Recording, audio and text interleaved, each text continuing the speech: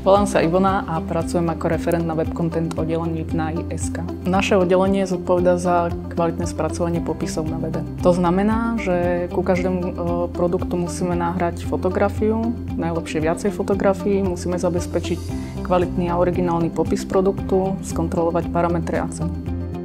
V obchode sú predavači a my sme v podstate predavači na webe, čiže musíme osloviť toho zákazníka cez kvalitný popis. Počas dňa prichádzame do styku s marketingovým oddelením, kde kontrolujeme newsletter, správne linky, popisy, plus či sú produkty spracované kvalitne na webe, tie čo idú do newslettera. Potom prichádzame do styku s obchodným oddelením, zalistovanie nových produktov, po prípade, keď potrebujú mať prioritne nejaké novinky na webe čo najskôr. Počas dňa nás kontaktujú aj pracovníci z Infolinky, s ktorými riešime prípadné nezrovnalosti v popisoch na webe na NAI.sk.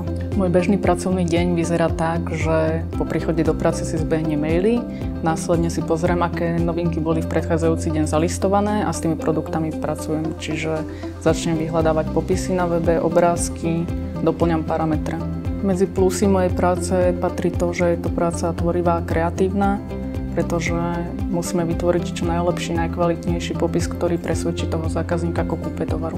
Uchádzač o túto prácu by mal mať základný prehľad v oblasti webu, SEA, marketingu, plus mal by ovládať slovenskú gramatiku.